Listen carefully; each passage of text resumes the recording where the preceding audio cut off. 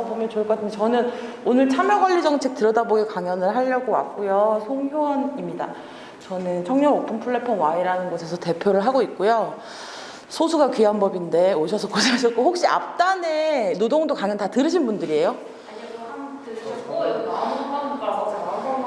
아, 그러셨구나. 그러셨고, 오늘 또 너무 듣고, 이렇게 오셨군요. 네. 눈빛이 뭔가 촉촉하신데. 두 분 다 청정대 타시는 분들이세요? 아, 혹시 분과가 어디세요? 아, 참여관리분과세요. 그리고 마음건강분과시고. 아, 알겠습니다. 만나서 반갑고요. 저는, 안 넘어가네요. 잠깐만요. 네, 안 돼요. 그냥 엔터 칠게요. 엔터도 안 넘어가네요. 요거 가능할까요? 아, 요렇게 할게요. 알겠습니다. 네, 저는 송효원이고, 청년 오픈 플랫폼 Y는 뭐, 요런 활동들을 합니다. 청정넷 하면서 진행하고요. 청년 오픈 플랫폼 Y 대표를 하기 전에는, 청년 유니온이라고 하는 노동조합에서 헌근 활동을 오래 했고, 서울에도 부산처럼 서울 청년정책 네트워크가 있어요. 그래서 거기에서 운영사무국장을 오래 했고, 그리고 지금은 청년정책이나 거버넌스 교육 관련한 일들을 하면서 청년들 만나고 있습니다. 이게 사실은 의제별 이제 강의들을 하고 있다 보니까 아마도 이제 강연 들으러 오실 때 어떤 고민들이나 어떤 걸 궁금증을 갖고 오셨는지 좀 잘 모르겠지만 궁금하긴 한데, 제가 강연을 준비하면서 오늘 이제 어떤 이야기를 중심으로 다룰까 할 때 고민되는 질문 3가지 정도로 가지고 왔어요. 청년정책이 이 만들어지고 형성되는 과정에 참여라는 것이 대단히 강조된 특징을 가지고 있거든요. 그리고 지금도 여전히 청년정책이 만들어지고 시행되는 과정에 청년들의 참여가 되게 강조됩니다. 근데 이유가 뭘까 하는 문제를 좀 고민해보자, 이런 게 하나가 있고요. 그리고 참여와 권리를 보장한다고 하는 정책이라고 할 때 그런 노력의 방향이 뭐야 될까, 어떤 것들이 있어야 그게 가능할까, 이런 이야기도 한번 해보려고 하고, 마지막으로는 구체적 정책 사례가 뭐가 있을까, 이 정도 고민해보려고 하는데요. 사실은 뭐 노동이나 주거나 이런 의제랑 다르게 참여 권리는 조금은 저는 추상적으로 느껴지기도 하는 것 같아요. 그리고 어떤 노동 같은 경우에는 뭐 일하는 사람이 사업장에서 어떻게 일하고 어떻게 좀 더 잘 일해야 할까, 이렇게 좀 구체적이고, 주거는 집이라는 공간을 어떻게 사람과 연결해서 할 수 있을까, 이런 식의 좀 구체화된 어떤 무언가가 있지만, 참여와 권리라고 하는 건 어떻게 보면 조금 추상적이기도 하고, 또 한국 사회가 참여와 권리를 막 강조하면서 그걸 되게 중요하게 다루면서 이제 고등교육이나 아니면 초중고등교육을 하지 않기 때문에 조금은 낯선 주제일 수 있을 것 같아서 이런 이야기들을 좀 같이 진행해 보려고 하는데요. 결론적으로 제가 오늘 함께 하고 싶은 이야기는 이런 겁니다. 그래서 참여와 권리라고 하는 건 청년정책 수립 과정의 원칙이고, 그런 것과 동시에 청년정책의 특정한 분야로서의 의미를 가집니다. 그러니까 청년 참여가 중요하다 할 때는 어떤 원리 원칙으로 강조되는 측면이 있고요. 참여를 보장하기 위한 여러 가지 활동이 필요해라고 할 때는 특정 분야로서 참여관리 정책이 논의되는 방향이 있는데요. 오늘 이거를 좀 2가지를 나눠서 이야기를 좀 해보려고 합니다. 그래서 오늘 3가지 정도의 챕터로 얘기를 준비했는데요. 하나는 청년 거버넌스 등장과 청년 참여, 그리고 참여와 권리 보장의 정책 방향이 어때야 되는가, 그리고 구체적인 사례들을 중심으로 같이 이야기를 나눠보려고 합니다. 우리가 소수기도 하고 막 그래서 괜찮으시다면 혹시 강연을 들으시러 고민하실 때 혹은 신청하실 때 어떤 이야기를 좀 나눴으면 좋겠는지 기대하신 바가 있으신지 좀 궁금하긴 했거든요.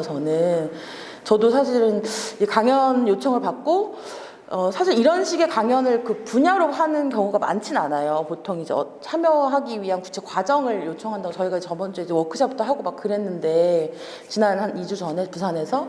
그런데 이 정책 분야라고 하는 걸 참여 권리의 의제를 다루는 경우는 사실 많지 않은데, 어떤 걸 좀 들을 수 있을까, 어떤 이야기를 좀 나눌까, 이런 고민하고 오셨는지 물어보면 참 좋겠는데, 또 이렇게 부끄러워 하시긴 하지만 분과시니까 혹시 분과라서 오신 건가요? 그냥 어떤 얘기 좀 기대하면서 오셨는지 궁금해요.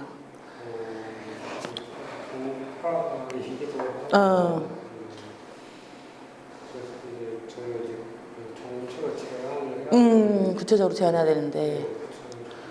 여러 부분에 있어서 아, 네네. 기대가 네. 감사합니다. 혹시 그냥 편하게 얘기해 주시면 돼요. 혹시 치치가 오라 그래서 오신 건 아니죠? 개인적 인연? 아까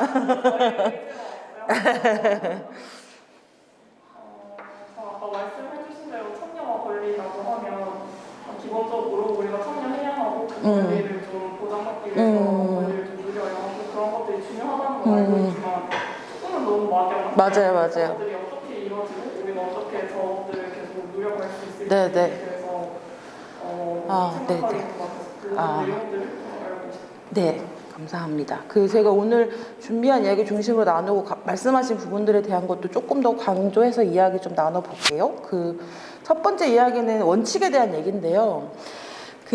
청년 문제가 한국 사회에 등장하기 시작한 것은 보통 IMF 전후로 봐요. 잘 알고 계시겠지만 그때 경제 위기가 엄청 심각해지면서 청년의 이제 현실이라고 하는 게 이전에는 졸업을 하면 바로 취업을 할 수 있는 사회적 구조가 있었다면 사실은 그 취업과 실업이 기간이 이제 장기화되는 과정에서 되게 사회적으로 이게 큰 이슈가 되고 청년 문제라고 하는 것들이 본격적으로 등장하기 시작하는데요.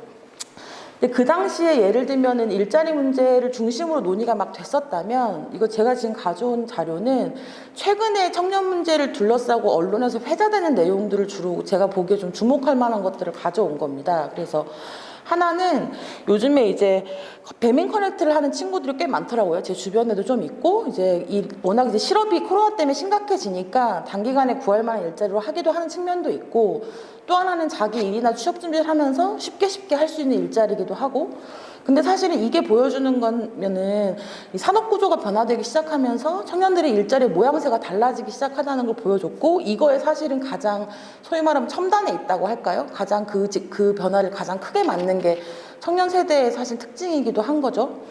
그리고 또 한편으로는 이제 빼놓을 수 없는 2030 세대의 이제 비트코인 투자에 대한 논의가 워낙 이제 기사를 한번 들었다 놨다 했는데 사실은 단순히 이제 빚을 내서 투자하는 것에 대한 사회적 심각성을 좀 넘어서 청년들이 왜 이런 비투를 할 수밖에 없겠는지에 대한 사회적 구조를 놓고 봤을 때는 사실은 부채가 증가한다거나 자산을 형성할 수 있는 구조가 사라졌기 때문이잖아요. 그리고 또 한편으로는 최근 코로나 때문에 또 심각해진 거는 이제 마음건강 같은 건데 20대 여성의 자살률이 급격하게 증가했다던가 청년들이 사회적 관계가 단절되면서 고립된 이제 측면들이 많다라던가 이런 것들로 주로 청년 문제를 다루는 게 이전에 처음에 시작했던 2010년도, 2000년도 초반보다는 되게 다각화되고 그리고 복잡해지고 다층적이 된 게 아닌가 이런 고민이 사실 좀 듭니다. 그래서 근데 애초에부터 청년 문제를 이런 식으로 사회적으로 소구해서 이렇게 정책을 내야 된다고 나오진 않았어요. 그러니까 초반에 저희가 2015년도에 서울시의 청년수당이라고 하는 정책을 제안한 바가 있었는데 청년수당은 지금 지역에서도 많이 하고 있는 정책이기도 해서 중앙정부도 하고 있고 그래서 취업 준비하는 청년들에게 월에 50만 원씩 6개월간 돈을 지급하는 정책이었는데 처음에 이 정책이 나왔을 때 사회적으로 엄청난 논쟁을 일으켜요. 그리고 논쟁을 일으키는 이유 중에 하나는 청년들에게 직접적으로 돈을 준다는 것에 대한 사회적 합의가 높지 않았던 거예요. 그 당시에 이제 두 가지가 있는데 하나는 보통 청년 정책이 일자리 정책으로 국한되면서 일자리 정책을 어떻게 주냐면 기업에게 돈을 주면 기업이 청년을 고용하는 방식으로 그러면 청년 입장에서는 대기업이나 공무원만 되려고 하는 마음을 갖지 말고 이거 눈높이를 좀 낮춰서 그런 중소기업에 취직하면 되는 이런 식으로 유인하는 정책이 주된 거였는데 사실은 어떤 공공의 재화를 청년들에게 직접 50만 원이라는 형태로 분배하고 그들을 위한 사회 서비스를 제공하면서 어떤 이제 사회보장의 사각지대에 있는 청년들을 제도 안으로 끌어들이기 위한 이런 정책이라고 하는 게 사회적으로 왜 그런 게 필요하냐. 제가 이제 예를 들면은 열심히 이 돈 벌면 되지 청년들은 젊은데 왜 돈을 줘가면서 하냐라고 하면서 그 당시에 뭐 바이러스다, 아편이다, 용돈이다 뭐 이런 식의 엄청난 사실은 공격을 많이 받게 되고 정부도 이게 서울시에서 시작한 사업이었는데 그 당시 보건복지부에서 이 서울시에서 진행하는 청년활동 지원 사업, 청년수당 사업을 하지 말라고 대법원에 소송을 걸어요. 그리고 직권 취소해서 한 번 지급하고 나니까 직권 취소로 이걸 중단시켜 버리거든요. 그러니까 지금은 사실 너무 당연하게 청년들에게 주는 수당이라고 하는 사업이 보편화됐고 중앙정부에서도 하고 있지만 불과 2015년이니까 10년 정도가 채 안 된 이런 상태에서 사실은 청년 정책이라고 하는 것이 만들어지는 지금의 청년 정책의 모양이 만들어지기까지 사실 되게 많은 소위 말하는 자충우돌이 있었던 거고 사회적인 논의가 성숙하지 않았던 때가 있었던 거죠. 근데 지금 2021년에 우리는 아까 앞서 얘기한 마음 건강을 지원해야 돼, 자산 형성을 지원해야 돼, 주거 문제가 심각해, 이걸 정책이 풀어야지 하는 말은 사실 어떻게 보면 되게 자연스러운 문제가 됐는데 그거는 그 과정에선 청년들이 계속 이것을 요구하고 그렇게 해야 된다고 주장했기 때문에 가능했던 측면이 있어요. 이게 청년 정책이 만들어지는 되게 특징적인 특징이거든요. 우리나라 청년 정책의 특징은 두 가지가 있는데 하나는 당사자들의 요구로 정책 방향과 내용이 만들어졌다는 거. 또 하나는 중앙정부가 만든 게 아니고 지자체부터, 지역에서부터 청년정책이 세팅되기 시작했다는 두 가지가 되게 큰 특징을 가지고 있거든요. 당사자의 참여로 이것이 가능했던 과정이 있었던 거고 그거는 2010년도 정도부터 되게 많은 청년단체들이 생기기 시작해요. 그래서 노동조합인 청년 유니온, 그리고 주거 문제를 풀려고 하는 민달팽이 유니온, 그리고 지역의 다양한 청년 활동을 하는 사람들을 연결하는 전국 청년정책 네트워크 같은 단체들이 만들어지면서 이 사람들이 예를 들면 정책이나 제도에 개입하고 제안을 하고 하는 과정에 적극적으로 참여하기 시작한 거죠. 이런 단체들을 보통 청년 당사자 운동단체라고 당시에는 많이 불렀어요. 그래서 문제를 겪고 있는 사람들이 직접 새로운 형태의 조직을 만들어서 그걸 해결한다. 그래서 사회 문제를 이슈화시키기도 하고 유권자 운동 형태로 정책을 제안하기도 하고 그 지자체 정책 형성 과정에 직접적으로 들어가서 협의를 하기 시작합니다. 그러면서 정책이 형성되기 시작했고 서울을 중심으로 시작된 그 움직임의 견지에서 이거에 예를 들면 그 당시에 저도 같이 함께 활동하면서 했던 얘기 중에 하나인데 청년의 삶은 변했는데 왜 정책은 그대로냐 이런 메시지와 주장을 하면서 이 청년 정책을 좀 세팅하기 위한 만들어가기 위한 노력들을 좀 하게 되는 과정이 있었습니다. 그래서 그 당시에는 청년들을 지원할 수 있는 법적 근거가 없었기 때문에 그거를 하기 위해서 기본 조례도 만들고 그리고 청년들이 직접 정책을 제안하는 활동을 만들어 가기 위해서 청년정책 네트워크 같은 활동을 2013년부터 시작을 했고요. 청년수당은 여기서 제안돼서 만들어진 정책이었어요. 근데 그게 사회적으로 확산되는데 아까 말한 자충우돌이 있었던 것이고 그것을 극복하기 위해 끊임없이 활동하고 그리고 어쨌든 정책적 노력을 했던 과정이 좀 있었습니다. 그래서 이런 거에 이제 서울시나 행정도 반응을 하기 시작하면서 청년 문제는 청년이 가장 잘 안다라고 하는 원칙을 중심으로 청년 정책을 수립하고 시행하기 시작했던 거예요.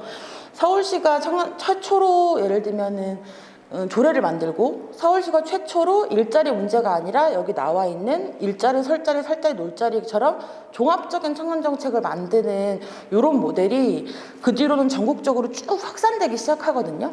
그래서 근데 애초에 이 시작이 청년 문제는 청년이 가장 잘 안다는 어떤 그 원칙을 통해서 청년 정책이 만들어지는 되게 특징적 상황을 갖고 있기 때문에 그 과정이 함께 확산되기 시작한 거죠.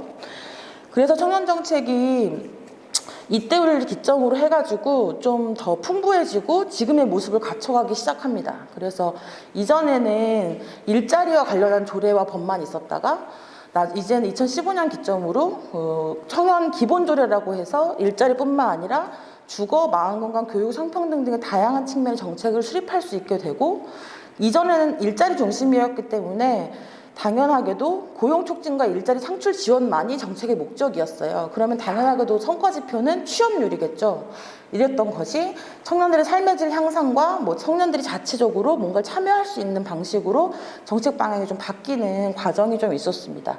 제가 이전에 청년 정책과 관련해서 혹은 정책과 관련해서 서울시 행정과 논의를 할 때 가장 많이 들었던 이야기가 여기 위에 있는 두 가지거든요. 그래서 조례가 만들어지기 전에는 저희가 어떤 주거 정책을 가지고 막 청년 관련한 담당 과를 가면 저희 과에서 할 수 있는 일이 아닙니다. 이렇게 얘기를 했고 그리고 어떤 정책을 제안하면 진짜 필요하고 정말 타당하신 말씀인데 죄송한데 청년만 지원할 수는 없습니다. 이렇게 말을 하는 거예요. 그러니까 부채 정책 같은 걸 제안할 때도 어떤 이 취약계층 혹은 어떤 세대를 열어놓고서 어떤 특정한 소득 구간에 있는 시민들에게 줄 수는 있지만 몇 세부터 몇 세까지 청년들만 지원할 수는 없다라고 하는 게 그 당시 논리였거든요. 근데 어쨌거나 아까 말씀드린 대로 청년 참여를 해가는 과정, 많은 청년단체들의 노력을 통해서 어쨌건 정책의 모양과 프레임을 좀 바꿔가는 과정들이 2013년부터 있었고, 그게 전국화되기 하고, 그리고 그것이 중앙정부의 법을 만드는 과정까지 온 게 작년입니다. 그래서 사실 청년정책의 역사는 그렇게 길진 않아요. 그래서 한 이제 8년 내지 10년 좀 안 돼 가는 과정이라고 보시면 되는데, 그렇다 보니까 청년정책을 만들고 고민하고 참가하는 참여자분들, 그러니까 청년들 입장에서 되게 어려운 일이긴 한 것 같아요. 역사가 짧고 모델도 아직 많이 없고, 그렇다 보니까 어려운 게 당연한데 이제 막 형성되기 시작한 정책이라고 보시는 것이 맞을 것 같습니다.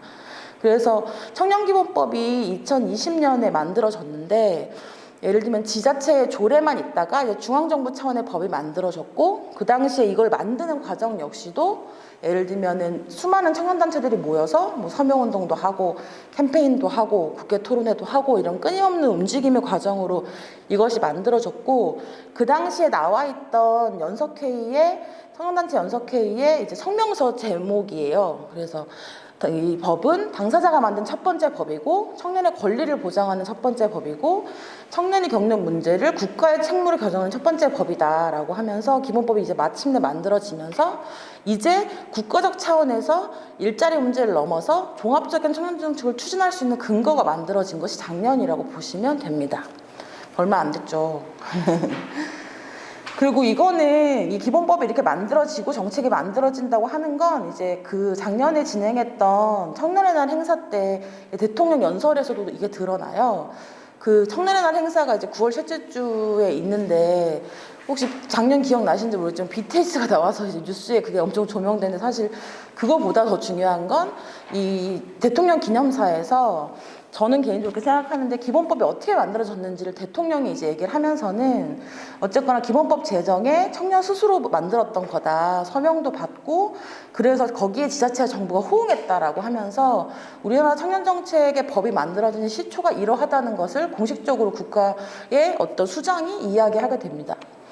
그 대통령이 연설을 한번 하려면 한 7개 정도를 거쳐야 된대요. 그 단계와 검토를. 근데 어쨌거나 그 메시지로 나왔다는 건 되게 상징적인 측면이 있는 것이죠. 그리고 이것은 물론 행정의 노력도 많았지만 청년 당사자들의 목소리가 있었기에 가능했다, 이렇게 저는 좀 생각을 합니다.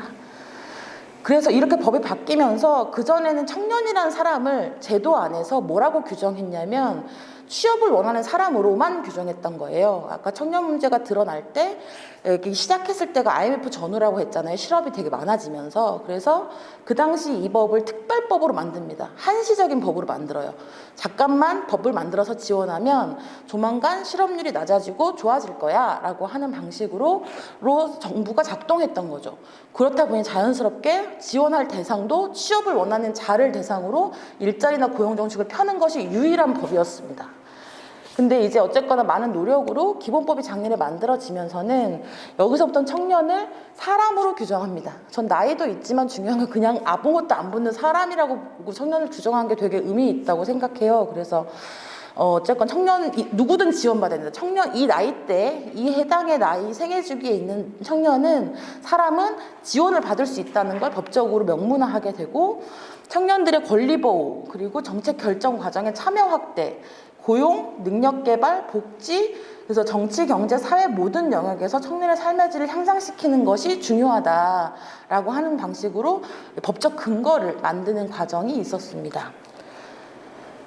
그렇다 보니까 이렇게 만들어진 정책의 어떤 법적 기반 위에서 정책을 만드는 과정에 예를 들면 시민들이 참여할 수 있는 청년 거버넌스라고 하는 것이 되게 확산되고 만들어지는 과정이 있습니다. 그게 지금 여러분들이 참여하고 계시는 부산 청년정책 네트워크 같은 과정인 거죠.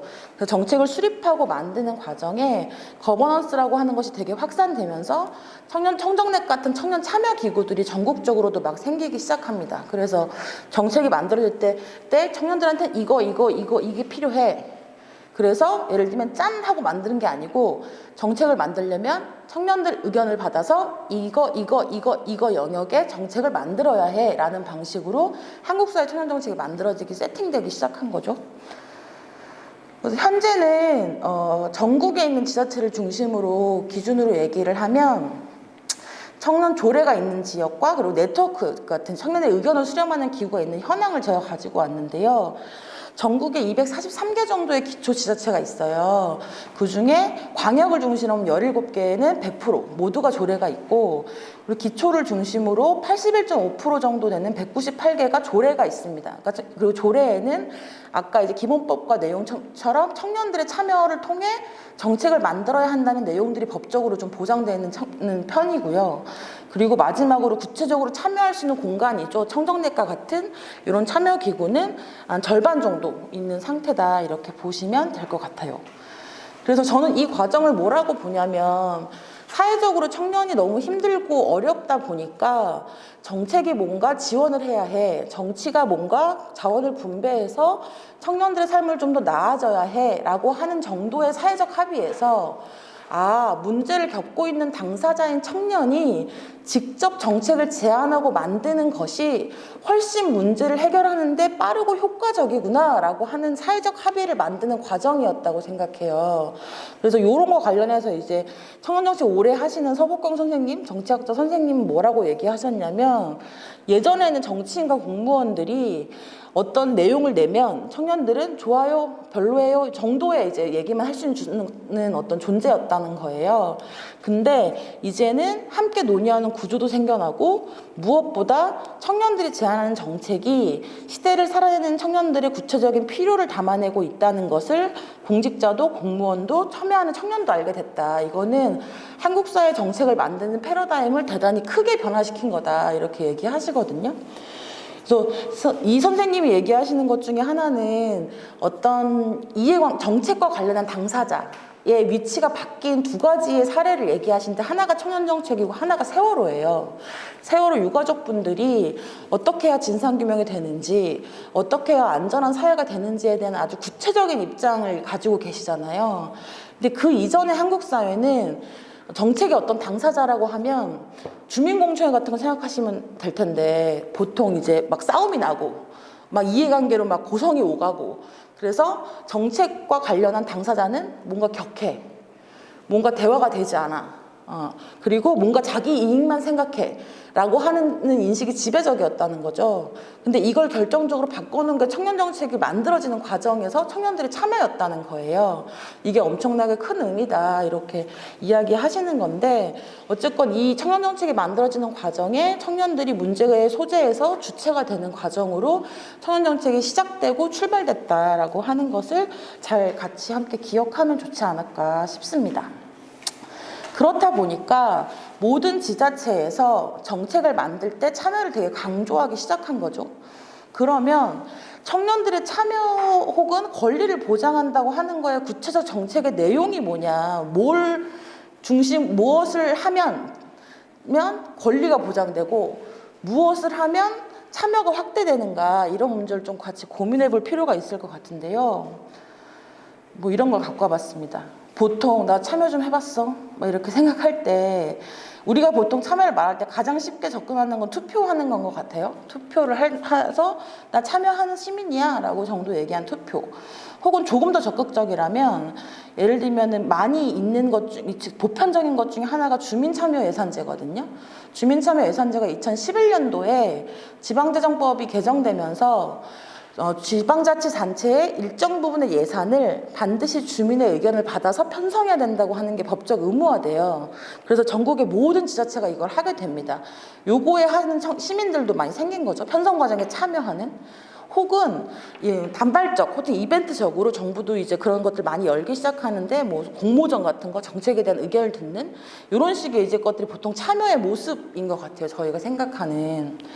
그리고 권리를 생각해 보면, 나에겐 권리가 있어 라고 표현을 할 때 이것이 뭘까라고 보면, 보통 쉽게 생각하는 거는 먹고 사는 것에 대한 권리겠죠. 그래서 일하는 권리, 주거하는 권리, 그리고 공부할 수 있는 권리, 건강 권리, 이런 것들이 좀 있는데, 구체적으로 권리의 내용이 뭔가 하는 측면에서 유럽 청년 포럼에서 그 권리의 내용, 청년들의 권리의 내용을 좀 정리한 내용을 제가 가져왔어요. 거기에는 일, 노동, 주거, 건강뿐만 아니라 차별로부터 자유로울 권리, 집회 결사의 자유를 가질 권리, 그리고 공적 사안에 대한 참여를 가질 권리까지를 포함합니다. 그러면 여러분들이 정책을 고민하실 때, 그러니까 참여 정책, 권리 정책을 고민하실 때, 특히 권리 정책을 고민하실 때 어떤 권리의 내용이 있는지 알아야 그 각각의 권리들을 보호하는 정책을 만들 수 있잖아요. 그럴 때 약간 이런 걸 참고하시면 좋겠다 이렇게 말씀을 드리고, 좀 정리를 해보면 그럼 권리가 뭐고 참여가 뭐냐라고 할 때 권리랑 사실 짝을 짓는 단어는 자격입니다. 그래서 자유롭게 있을 혹은 타인에 대해서 주장할 수 있는 거나 요구할 수 있는 자격. 시민이라면, 사람이라면, 청년이라면 당연하게 요구할 수 있는 권리, 그리고 당연히 그래야 하는 것, 이것을 이제 자격의 측면에서 권리라고 얘기하고요. 참여는 국어사전 측면에서는 어떤 일에 끼어들어서 관계한다는 뜻이라고 하더라고요. 근데 보통 우리가 참여라고 할 때는 시민 참여를 말하는 것 같아요. 그래서 예를 들면은 우리 집에 있는 반상회에 내가 참여했어, 이런 측면의 얘기이기도 하지만, 지금 우리가 다루는 참여는 좀 공적인, 그러니까 제도와 맞물린, 행정과 맞물린 것에 이제 참여를 말한다고 할 때, 시민들이 공적 책임감을 가지고 자기에 속한 공동체나 국가 차원의 활동에 참가하는 것을 참여라고 보통 말합니다. 그러면 참여는 활동이랑 연결되는 거예요. 그래서 이렇게 매칭하시면서 고민을 해보시면 좋겠고, 그렇게 놓고 봤을 때 각각의 정책의 방향이 뭐냐고 하면, 권리는 아까 자격이라고 했잖아요. 자유롭게 그러할 권리, 그리고 그것을 요구할 자격이라고 할 때, 그러면 그 자격을 과 권리를 가진 것을 위반하는 것을 보호하는 것이 정책의 방향입니다. 그래서 그 다양한 권리 위반 상태에 개입해서 권리가 존중되거나 보호되거나 실현될 수 있도록 하는 것이 권리와 관련한 정책 방향의 목표고요. 참여 같은 경우에는 아까 이야기한 대로 활동을 말하는 거잖아요. 공공과 행정의 부분에 어떤 책임감을 가지고 참가하는 것. 그럼 참가의 모양이 어떠냐고 하면, 정책을 결정하는 것, 그리고 이를 결정할 수 있도록 법적, 제도적 근거가 마련된 토대 위에서 다양한 활동을 하는 것을 지원받는 것, 이것이 정책의 방향입니다. 그래서 참여 권리 정책을 고민하실 때는 이런 것들을 약간 생각하시면서, 참여를 보장하고 확대하려면 청년들이 뭔가를 결정할 수 있어야 되고 그럴 수 있는 제도와 기반이 있어야 돼 라고 하는 걸 중심으로 사고하시면 새로운 정책을 고민하실 때 조금 도움이 되실 것 같아요. 권리도 마찬가지고. 그래서 제가 조금 쉽게 보려고 예시를 갖고 왔습니다. 오타가 있네요. 2021 2020년일까요? 2021년일까요? 2021년 건데요.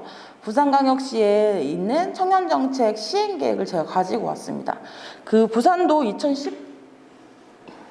7년에 조례가 만들어진 걸로 알고 있는데, 그래서 기본 조례가 만들어지고 종합적인 청년정책을 할 수 있는 근거가 만들어지고, 그 조례에 한번 보시면 예를 들면 5년마다 기본계획을 세워야 하고, 그리고 1년마다 시행계획을 세워야 합니다. 어떻게 실행할 건지. 거기에 나와 있는 2021년도 추진계획의 일부를 가져왔는데요. 각각의 정책의 영역이 있고 참여 권리를 제가 보니까 청년의 사회참여 생태계 조성 등 참여 권리를 보장한다. 그래서 청년들의 주도성을 확대하고 활동을 활성화하는 게 정책 방향이라고 나와 있습니다. 그래서 구체적으로 내용을 좀 보면요. 뭐 이런 것들이 있습니다. 보니까 한 16개인가 정책이 있더라고요. 그래서 부산시의 청년위원회 운영하고 주민참여 예산대 청년참여를 보장하고 아이디어 경진대회 청년들이 할 수 있게 하고 청정넷을 운영해서 정책을 협의할 수 있게 한다, 제안할 수 있게 한다. 이게 이제 청년들의 참여를 제도적으로 보장하는 영역인 것 같아요. 그리고 밑에 보시면 활동을 지원하는 내용들이 또 있습니다. 리빙랩을 운영한다던가, 그리고 청년센터를 운영해서 청년 활동을 다양하게 지원한다던가, 커뮤니티 활동을 지원한다던가, 뭐 교육 프로그램을 제공한다던가, 모임 활동을 지원한다던가, 여기까지가 활동을 지원하는 영역이고요. 그리고 밑에 보시면 권리보호 측면의 내용이 있습니다. 취약들도 권리보호를 강화한다. 그래서 아까 말한 여기 노동권을 보호하기 위한 정책인 것 같아요. 그래서 부당한 행위 및 상담 및 법률 지원을 통해서 취약 노동자 권익을 구제하는 활동이다 라고 하는 권리 구제의 내용이 있고, 최근에 참여 권리 분야의 정책에 교류가 되게 많이 나오기 시작합니다. 어떤 이제 청년들의 활동에 다양한 좀 측면이기도 하고, 그리고 이제 다른 뭐랄까요, 지역과 혹은 다른 어떤 세대와 함께 교류 활동하는 것이 이 청년들의 참여를 조금 확산하거나 아니면 아까 말한 참여의 권리를 좀 보장하는 폭 넓은 곳이라고 생각하는 것 같아요. 그래서 교류의 내용이 따로 들어가 있습니다. 좀 정리를 하면 앞으로 참여 권리 분야의 정책을 보실 때는 이렇게 보시면 좋거든요. 대체로 권한을 부여하거나 기반을 조성하거나 활동을 지원하거나 권리를 보호하거나 이 네 가지 카테고리에서 대체로 정책이 만들어집니다. 그리고 이건 뒤집어 얘기하면 어떤 지역의 청년정책, 그러니까 참여 권리 정책을 볼 때 얘네는 권한 부여는 되게 많은데 활동 지원 정책은 별로 없네. 이 친구들은 권리보호 정책은 되게 많은데 기반을 조성하는 건 좀 약하네. 이렇게 정책을 좀 판단할 수 있게 되거든요. 권한을 부여하는 건 정책 과정은 청년들의 권리를 보장하는데 여기에서 가장 높은 단계는 법으로 의무화시키는 겁니다. 조례에 그렇게 할 수밖에 없게 박아놓는 거죠. 대표적으로 청년정책위원회 같은 거겠죠. 거기 청년들이 참여된다고 조례에 나와 있잖아요. 부산도. 그리고 청정넷을 운영해야 된다고 나와 있잖아요. 법적으로 의무화시켜 놓는 겁니다. 반드시 청년들 의견을 들으라고. 이게 가장 높은 형태. 그리고 아까 말한 이제 뭐 아이디어 경진대회, 해커톤 경진대회 이런 데 청년들 의견을 듣는 거 정도는 좀 이제 프로그램상에 이거 해도 그만 안 해도 그만. 근데 어쨌건 참여의 이제 뭐랄까 높이가 다양할 수 있고 뭔가 참여할 수 있는 것을 그 과정을 보장하는 정책의 권한 부여에 해당하는 정책이고요. 두 번째가 기반을 조성하는 겁니다. 참여를 하려면 뭔가 토대가 있어야 되잖아요. 맨 땅에 헤딩을 할 수는 없으니 어쨌든 법도 좀 만들고 센터 같은 것을 통해서 행정이 예를 들면 매번 행사를 열 수는 없으니 센터 같은 것을 통해서 정책이 전달될 수 있게 한다라던가 혹은 지원 기관을 마련하는 거. 행정이 모든 일을 할 수는 없으니 혹은 모든 걸 다 용역을 할 수는 없으니까 이런 기반 조성이나 활동 지원은 잘 아실 거고 권리 보호는 정보를 주는 거. 교육 권리에 대한 정보를 주는 거, 교육을 하는 거, 그리고 권리에 침해받는 상황이 발생했을 때 어떻게 하면 되는지를 알려주는 거. 이게 보통 참여관리 분야의 정책의 영역으로 나와 있는 부분이고 이 프레임으로 정책들을 좀 보시고 부족한 것을 채우시려고 고민하시면 조금 도움이 되지 않을까 생각합니다. 이걸 생각하시면서 중앙정부 정책을 한번 보면요. 중앙정부가 작년에 그 청년기본법이 만들어지고 올해군요. 작년에 기본법 만들어지고 작년에 기본계획을 세워요. 아까 말한 5년에 한 번씩 세워야 되는. 거기에 보면 5개 영역으로 여기도 종합정책을 냈는데 일자리, 주거, 교육, 복지, 문화, 참여 권리 이렇게 돼 있습니다. 그리고 참여 권리의 하위 카테고리가 여기 써있는 4가지거든요. 정책 결정 과정의 주도성을 확대하거나 추진 기반을 마련하거나 청년 친화적 전달 체계를 이것도 다 기반 조성에 해당되는 2번, 3번은 기반 조성에 해당되는 것 같아요. 그리고 권익을 보호하거나 아까 말한 교류가 붙어서 교류를 활성화하는 정책으로 기본 카테고리화하고 있습니다. 내용을 보시면요. 그 정책 결정 과정, 아까 권한을 부여하는 거는 정부위원회, 청년이 참여하는 정부위원회를 만들겠다. 그래서 뭐 청년 참여 2030 이런 걸 이제 정책을 냈어요. 정부에서 청년들이 참여할 수 있는 위원회를 정부에 있는 모든 위원회 중에 30%를 만들겠다. 그리고 그 30% 위원회 중에 20%를 다 청년들로 채우겠다. 이런 걸 이제 핵심 메인으로 해서 정책을 내고 공론장과 거버넌스 처음 시작하는 걸 내고 기반 마련을 하기 위해서 연구도 하고 지표도 만듭니다. 그리고 전달 체계도 만들고요. 이게 기반을 조성하는 거고 그리고 활동을 따로 카테고리화하지 않았는데 3-2번에 보시면 청년과 함께 커가는 공동체 이게 아마도 활동을 지원하는 사업들인 것 같아요. 그래서 청년의 자리 및 활력을 지원하는 사업, 청년 두뇌 지원 사업, 뭐 크리에이터 사업, 공동체 활성화 사업 그리고 마지막으로 아까 말씀드린 권익보호와 교류에 대한 내용이 나와 있습니다. 권익은 다양한 근로와 금융과 인권을 중심으로 그 권리를 보호하는 방식인 것 같아요. 그리고 소비자 특수 거래 분야, 요즘에 프리랜서 같은 거 많아지니까. 그리고 교류 사업이 한 7개 정도 있습니다. 개인적으로 국외 독립운동 사사주 탐방 이런 거는 왜 청년들은 잘 모르고 보은지 어쨌건 굉장히 많은 정책들이 나와 있는데요. 이걸 보시면 아까 말한 4가지 카테고리 중에 뭐가 제일 강조돼 있고 뭐가 제일 조금 적어 보이세요? 아까 요 카테고리 중에 권행부여 기반 조성 활동 지원 권리 보호 그냥 볼륨만, 물론 예산은 좀 다르겠지만 그냥 딱 봤을 때 그냥 이거 뭐 정답이 있는 건 아니지만 그냥 평가들이 궁금한 겁니다. 권한 부여가 좀 적어 보인다. 또 다른 분들은 기반 조성이 좀 적어 보인다. 또 의견이 좀 분분하시군요. 네? 기반 조성. 추진 기반 마련과 친화적 전달 체계가 대략의 기반 조성에 해당되긴 하거든요. 그 볼륨이 작은 건 아니에요. 제일 적은 거는 저는 뭐라고 보이냐면 활동 지원이라고 보이거든요. 그 활동을 지원하는 게 카테고리가 따로 없고 여기 함께 커가는 공동체로 한 4-5개 정도 사업이 있어요. 근데 중앙정부에서 청년활동을 지원하는 볼륨치고는 제가 보기에는 지자체보다 너무 더 작은 거예요. 아까 다시 좀 돌려보면 이건 저의 개인적 견해입니다. 예를 들면 부산시 것만 봐도 리빙랩, 센터, 커뮤니티 활동, 프로그램, 청년학교, 도서관, 청년 모임 활동 이렇게 약간 뭐가 좀 다양한 느낌인데 중앙정부 거에서는 그냥 좀 약간 좀 적은 느낌이에요. 중앙정부의 기대만큼 예를 들면 정부가 만들었을 때 되게 많은 청년활동이 되면 좋겠는데 재밌는 건 이거는 그냥 약간 여담 비슷하게 그냥 정보인데 이렇게 된 이유가 뭐냐면요. 청년기본법에 청년단체 지원이 없어요. 그게 나중에 빠졌어요. 그러면서 법적 근거가 약간 약한 거죠. 카테고리로 주거, 일자리, 뭐 참여, 아까 주거, 일자리, 복지 이런 건 들어갔는데 청년 단체 지원과 관련한 조항이 통째로 빠졌거든요. 그러면서 청년 시민 활동이라고 하면 시민 개인도 있지만 청년 단체도 있잖아요. 이런 활동의 카테고리 자체를 크게 두지 않는 상태로 법이 만들어졌어요. 그런 영향도 있는 거죠. 그러면 제도를 보실 때 어떤 조례를 보실 때도 혹은 정책을 보실 때 참여관리 분야의 이 지자체는 우리 지역구는 어쨌건 법적으로 청년들의 의견을 들으려고 하네, 기반이 있네, 그리고 청년들의 다양한 활동을 지원하는 센터도 있고 뭔가 뭘 많이 하네, 프로그램도 많이 하네, 권리는 좀 약하네, 뭐 이런 식으로 내용들을 좀 분석해 보시면 좋겠고 부산시 정책을 내실 때도 그렇게 약간 보시면 좋아요. 이거는 비단 참여관리 분야의 특징은 아니고요. 모든 정책을 보면 이렇게 사실 구성되어 있거든요. 앞서 이제 노동 들으셨다고 하니까 일자리 노동정책은 정말 말 그대로 고용정책과 노동정책으로 나눠져요. 그래서 그런 식으로 이건 노동정책은 되게 많은데 고용정책은 별로 없네. 보통은 고용정책이 많고 노동정책이 별로 없거든요. 일자리가 없다고 생각하니까 이 일자리를 만들어서 어떻게든 취업을 시키려는 정책 볼륨은 되게 크고 이미 일하고 있는 사람의 권리를 보장하기 위한 노동정책은 좀 작아요.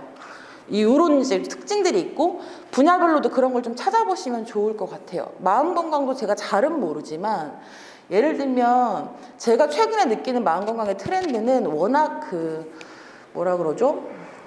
고위험군이 많은 거예요. 긴급하게 예를 들면 정말 안타깝게 목숨을 잃지 않게 개입해야 되는, 그래서 그거에 대한 건 되게 강조되는 측이 있는데 오히려 예방과 일상적 상담, 좀 이렇게 층위가 낮은 수준의 관계 맺음에 대한 마음건강 사업은 되게 보수적이거든요, 정책이. 이런 식으로 이제 판단을 해보실 수 있는 거죠. 그래서 참여관리 정책도 다시 돌아가면 앞서 얘기한 권한을 부여하는 것, 청년들이 참여할 수 있도록 하는 제도적 보장, 그리고 다양한 활동을 할 수 있는 토대가 되는 기반을 조성하는 거, 그리고 실제 막 움직임을 어떻게 좀 촉진할까요? 활동 지원, 그리고 권리 보호 측면에서 권리의 정보를 주고 교육을 주고 분쟁을 예방하는 등으로 사실은 좀 정책들을 보시면 향후에 좀 도움이 되시지 않을까 이렇게 생각합니다. 좀 구체적으로 그래서 사례를 몇 가지 가져왔어요. 그래서 사례를 좀 같이 보시면 조금 더 구체적일 것 같은데요. 이것은 이제 예산입니다. 청년들이 정책에 참여하는 권한을 부여한다고 할 때 여러 가지 층위가 있는 거예요. 그것도 한번 얘기해봐, 수렴해볼게. 두 번째, 제안해봐, 그거를 정책에 반영해볼게. 제안해봐, 그걸로 예산을 편성해볼게. 이렇게 다를 수 있잖아요. 이거는 최근에는 정책을 제안하는 걸 받아들이는 걸 넘어서서 구체적으로 얼마만큼의 예산을 편성하는지에 대한 권한을 청년들에게 주는 방식으로 청년 참여의 내용이 조금 고도화되고 있습니다. 그래서 그런 지역의 사례인데요. 예를 들면 이번에 마음건강 정책을 부산에 제안하시면 이 제안된 프로그램에 예산을 100억을 씁시다. 혹은 50억을 씁시다, 10억을 씁시다. 이거를 협의해서 만드시겠지만 그걸 행정이 들어줘야 되는 의무는 없거든요. 조정을 할 뿐이지. 근데 이런 식으로 예산의 볼륨을 청년들이 결정할 수 있게 하면 제한된 예산법이 안에서 그걸 우리가 낼 수 있습니다. 이렇게 약간 진행하는 거라고 보시면 되고, 하나는 완주의 사례고요. 완주는 한 3, 4년 전부터 청년 참여 예산제라고 해서 주민 참여 예산제 안에 2천만 원 정도를 한 단일 사업당 2천만 원 정도를 청년들이 직접 제안하는 사업으로 편성할 수 있게 제도를 만들어 놨더라고요. 그리고 최근에 삼척도 이거를 한다고 합니다. 삼척은 이제 지역에 청년들이 많이 없으니까 어떻게든 좀 유입을 해보려고 청년 참여 예산이 현재 전체 주민 참여 예산의 1%인데 이걸 15%까지 늘리겠다고 최근에 이렇게 나온 기사고, 제가 얼마 전에 여수를 갔다 왔는데 여수도 청년 참여 예산제를 하려고 하더라고요. 이렇게 이제 참여 권리 분야에서 청년들의 참여를 조금 더 고도화시켜서 높은 수준으로 참여할 수 있게 하는, 행정에서 하는 과정에 정책이 있을 수 있습니다. 그리고 서울시 같은 경우는 2019년도에 자율예산제라고 하는, 청년 자율예산제라는 이름으로 자율예산제를 시행하고 있는데요. 서울은 주민참여예산, 재민참여예산제 따로 있고 저희는 청년참여예산의 포션을 따로 만들었어요. 그래서 500억 정도 규모의 청년들이 편성할 수 있는 권한을 제도화했고, 그거를 시민들의 투표를 통해서 제안하는 일을 했고, 첫 해에 한 278억 정도를 청년들이 정책을 을 막 내서 32개 사업을 내가지고 제한화 시켜서 정책 편성을 했습니다. 이런 식의 이제 사업들이 진행되는 과정이 있는 거죠. 그래서 아까 말한 대로 정책 사례 첫 번째는 참여의 권한을 조금 더 높여서 예산 편성 권한까지 가는 이런 사례들이 있고요. 두 번째로는 제도인데요. 법적으로 만들어지는 과정인데 지역별로는 그런 경우도 있어요. 기본 조례에 청정net 같은, 부산 청정net 같은 참여기구가 없는 지역도 있거든요. 그럼 이 사람들은 그거를 조례로 만드는 게 사실은 되게 좋은 정책 제안이겠죠? 서울은 저희는 아까 말한 이 청년 자율예산제가 어쨌건 시장의 방침으로 만들어진 거여서 기본 조례가 있긴 하지만 참여 활성화 조례를 다시 그래서 만들었습니다. 그래서 새로 만들었고 2020년에 만들었고, 그래서 보시면 지방재정법, 아까 말한대로 지방재정을 하는데 반드시 주민의 의견을 들어야 한다라고 하는 그 조항과 청년 기본조례에 근거해서 민주주의를 활성화하고 뭐 어떤 일들을 할 수 있도록 한다, 예산 편성 과정에 청년 참여를 보장한다라고 명시하는 것을 법으로 만들었습니다. 그리고 기본 이념은 뭐 청년들은 평등하게 시장에 참여할 권리를 가지고 사회문제에 능동적으로 자율적으로 참여한다. 그리고 저희가 이 조례를 만들 때 되게 고민이 많았어요. 뭐냐면 말씀하신 대로 참여라고 하는 게 너무 추상적이니까 법은 목적도 써야 되고 이념도 써야 되고 그 명칭도 써야 되거든요. 근데 그게 너무 어려운 거예요. 그래서 엄청 토론을 많이 했고, 이 기본 이념 토론할 때 되게 토론을 많이 했어요. 그래서 참여 활성화의 방향은 이래야 된다. 그래서 자발적이어야 되고 주도적이어야 된다, 청년들이. 그리고 권익을 증진할 수 있어야 되고 사회적 불평등을 해소해야 된다. 그리고 참여 활동이 지속 가능한 사회여야 되고 이 과정 자체는 존중과 합의에 기반해야 되고 미래 문제까지 대응해야 된다. 이런 식으로 이제 기본 이념을 정리하고, 시장이 뭘 해야 되냐, 참여를 활성화하기 위해서 디테일한 사업을 조례에 넣는 건 아니기 때문에 하나는 노력해야 된다. 정책 참여 역량을 향상시켜 노력해야 되고, 또 하나 중요하게 넣었던 거는 정보를 공개해야 된다는 걸 넣었어요. 그래서 정책 형성 단계에 청년이 충분한 정보를 얻을 수 있도록 해야 된다. 이런 걸 넣고 청년 자율예산을 해야 된다. 그를 위해 이런 활성화의 사업들 1, 2, 3, 4, 5번을 해야 된다라고 하는 내용을 넣었습니다. 이걸 보여드린 이유는 청년 참여가 참여 권리 분야의 정책 중에 제도를 정비하는 게 있을 수 있다는 거예요. 그리고 이거와 동시에 예를 들면 그럴 수 있습니다. 뭐 지역에는 그 청년 기본 조례 말고도 어떤 분야 정책에 대한 조례가 되게 있을 수 있잖아요. 주거 기본 조례가 있을 수도 있고, 그리고 정신건강 관련한 조례가 있을 수 있겠죠? 그럼 예를 들면 거기에 청년들의 참여를 보장하는 조례 개정안을 넣는 것도 좋은 정책입니다. 이런 식으로 약간 내용을 좀 살펴보실 수 있을 것 같아요. 그래서 법적 제도를 정비하는 과정으로 참여를 예를 들면은 정책화 시킬 수 있다, 이렇게 보시면 될 것 같고요. 그리고 또 하나는 이제 이거는 청년 활동을 촉진하는 정책들입니다. 그래서 이거 지역적 정책 갖고 왔는데, 하나는 춘천지 사례고 하나는 광주 남구 사례예요. 청년 활동 포인트제라는 걸 합니다. 여기는 우리가 청년 참여하면 사실은 물론 청년 참여라고 하기 좋은 시민성으로 하는 거지만 일상을 살아가다 보면 이 뭔가 이제 소위 말하면 보상 같은 게 있으면 좋잖아요. 근데 그것을 어떤 단순히 금전적 이런 걸 좀 떠나서 포인트라는 방식으로 만들어진 정책이고요.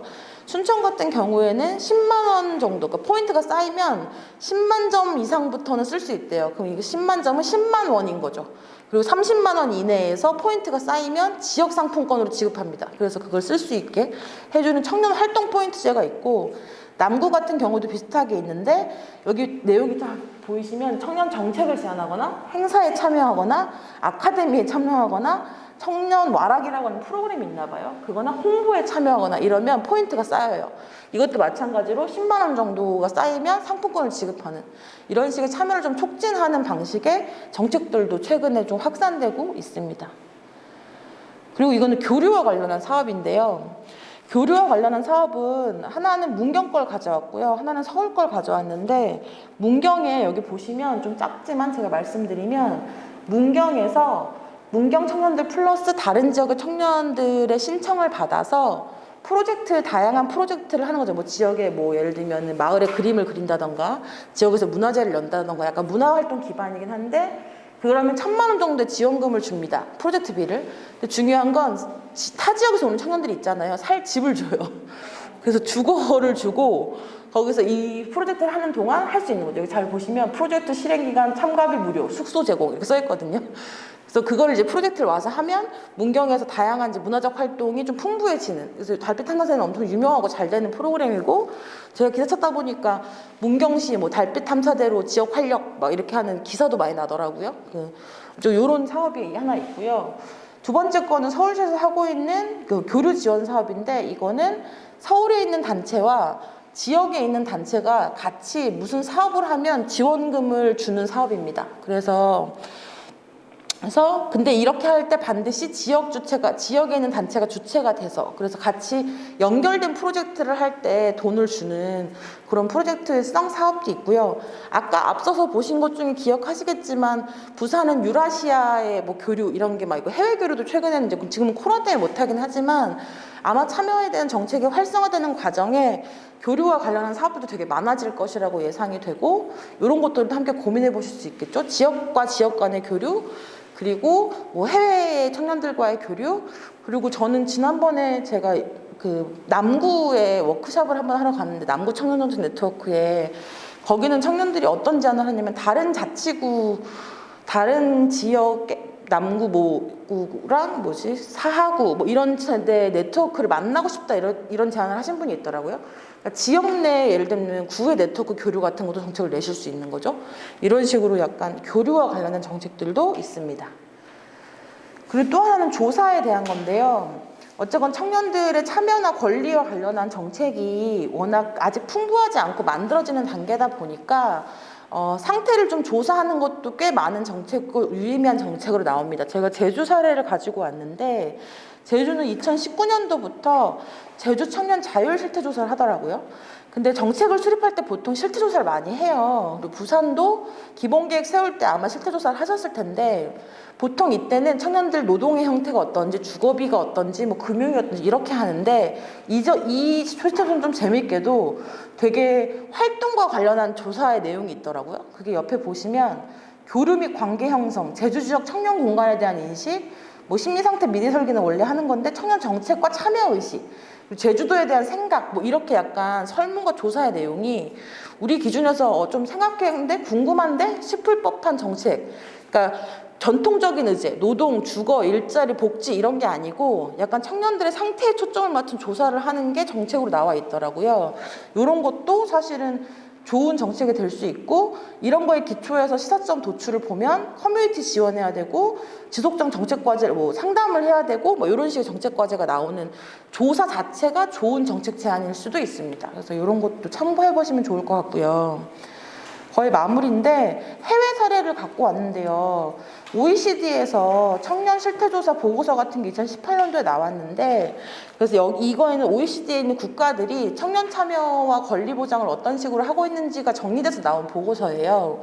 여기에 뭐라고 나와 있냐면, 청년들은 자신들에게 제일 많은 영향을 끼칠 정책에 영향력이 제일 작고, 기후변화 불평등의 두 가지는 청년들한테 가장 밀접한 한 거임에도 불구하고 청년들에게 더 큰 영향을 미친 세계적 도전 과제다. 그래서 이거는 정책 결정자들보다 청년들이 훨씬 영향이 많이 받으니까 청년들이 여기 영향을 더 높여야 된다, 이런 얘기거든요.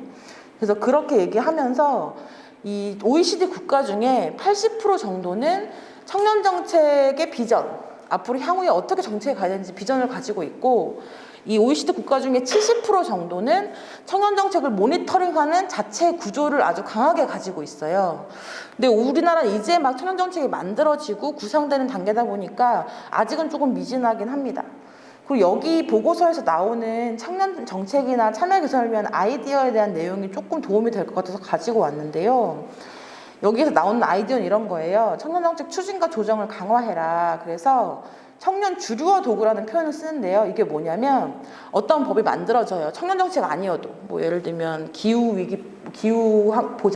기후환경보호법 이런 게 만약 만들어진다고 하면 그 법이 청년들에게 어떤 영향을 미칠지 청년들의 관점에서 평가하는 걸 무조건 하게 만드는 정책입니다. 그래서 그런 주류화 관점을 가지고 각각의 정책들에 청년들의 관점을 도입하기 위한 노력을 해야 된다. 그리고 실제 이렇게 하고 있는 나라들이 있거든요. 그리고 공공의 정책에 대한 정보를 게시해라. 그리고 두 번째는 의회, 정부, 행정부에 공정하게 대표될 수 있도록 보장해라. 그래서 여기 보고서에 보면 재밌는 게 뭐냐면 그 OECD 국가별로 청년 공무원 비율 이런 걸 이제 해가지고 비교해 놓은 것도 막 있어요. 그러니까 이런 것도 되게 중요한 참여의 척도라는 건 거죠. 대표성이 어떻게 되고 있는지. 그리고 사회운동과 청년 참여를 위한 다양한 청년 참여를 장려하고 지원해라. 그리고 마지막으로 청년 학교 안팎에서 시민교육을 강화해서 청년들이 자기의 어떤 인파워, 주도권을 좀 만들고 참여에 가깝게 다가설 수 있는 학습 환경을 지원해라. 이게 이제 어떻게 하면 참여가 더 활성화될지에 대한 여기 보고서의 조언인데요. 우리나라도 이제 청년 정책과 참여라고 하는 것들이 이제 막 많이 이제 논의되고 있는 와중에 단순하게 정책을 제안하는 것, 청년들이 이거에 그치는 게 아니라 좀 다각적인 측면에서 청년 참여와 권리를 보장하기 위한 고민을 할 필요가 있지 않나, 이런 생각이 좀 듭니다. 저희가 어떤 관련한 해외조사 하는 연구를 하면서 중앙정부에 다 정보공개 청구를 요청해봤어요. 그래서 서울 부처 중에 위원회 수가 몇 개이며 그 위원회에 19세부터 34세까지 청년이 몇 명 있는지 알려달라고 해서 만든 표거든요. 보시면 우리나라 위원회가 정말 많더라고요. 각종 부처에 432개 정도의 위원회가 있습니다. 그리고 거기에 무려 9,000명 정도가 되는 위원들이 참여하고 있어요. 이 위원회는 뭐냐면 보통 정책을 심의하고 의결하고 결정하는 공간이거든요. 청년정책위원회처럼.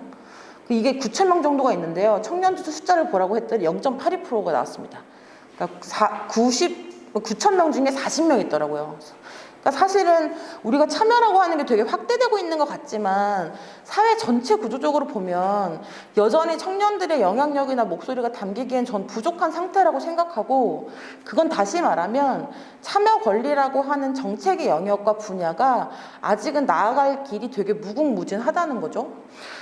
일자리 노동정책 같은 경우는 사실은 산업화가 되고 나라가 근대화되는 과정에서부터 만들어진 되게 오래된 역사를 가진 정책이지만 우리나라에서는, 다른 나라는 물론 시민교육을 잘하기 때문에 역사가 오래됐는데요. 우리나라가 갖고 있는 참여 권리 분야의 정책이라고 하는 건 생각해보면 어떤 교육과 어떤 정책적 지원을 받았는지 잘 기억이 안 나는 것 같아요. 시민교육 정도? 청소년 때 조금 하는 거 정도? 지금 이제 청년이 되고 나니까 청년정책 네트워크 같은 게 있는 느낌? 준비임의 정도의 이제 시작하는 단계의 정책 분야다라고 생각하시면 좋겠고, 아직 갈 길이 멀고 할 일이 많고, 그래서 저는 개인적으로 정책 분야의 볼로오션이라고 생각합니다. 뭔가 새롭게 할 것도 많고, 근데 역으로 참여와 권리에 대한 사회적 인식이 낮은 나라에 속하기 때문에 우리나라는 그것을 뭔가를 하는 것도 되게 어렵긴 해요. 예를 들면 청년 커뮤니티 지원 사업이라고 한 게 생긴 게 얼마 안 됐어요. 아니 자기들끼리 모여갖고 꼭적적 하는 거 왜 공공에 돈을 주냐, 이게 그 당시 행정의 시각이었거든요. 그래서 어쨌건 넘어설 산도 많지만 이제 막 만들어지는 단계에 있다, 이렇게 보시면 좋을 것 같고, 그럼에도 불구하고 참여가 왜 중요한가 하는 건데요. 제가 이 PT를 만들고 막 이것저것 자료를 찾고, 저는 이제 계속 참여와 관련한 교육을 많이 하고 정책을 발굴하는 일들을 막 하는 교육을 많이 하다 보니까 제가 농담으로 이곳은 참여 지옥이 아닌가 막 이런 얘기를 했는데, 아마 제가 이제 지역을 다니다 보면 공무원들이 약간 이런 상태예요. 그러니까 맨날 자기들끼리 정책을 만들다가 갑자기 청년들 불러서 뭘 해야만 하는 상황이 온 거야. 정부 법이 바뀌니까. 그래서 저희 어떻게 해야 돼요? 막 이렇게 되는 거죠. 그래서 청년 참여기구도 생기고 청년 네트워크도 참여를 해야 된다고 하고, 정책위원회도 청년을 만들려고 하고, 심지어 그렇게 해서 참여를 했는데 참여 분과에 들어오래. 약간 뭐 이런, 사실은 약간 참여가 되게 뭔가 말이 되게 많아지고 장이 많아지는 것 같은 생각이 들고, 이건 중요한 진전인데요. 갈 길은 멀지만. 근데 그럼에도 불구하고 참여가 왜 중요하냐, 사실은 참여는 저는 되게 높은 고도의 책임성과 자발성 같은 게 필요한 일인 것 같아요.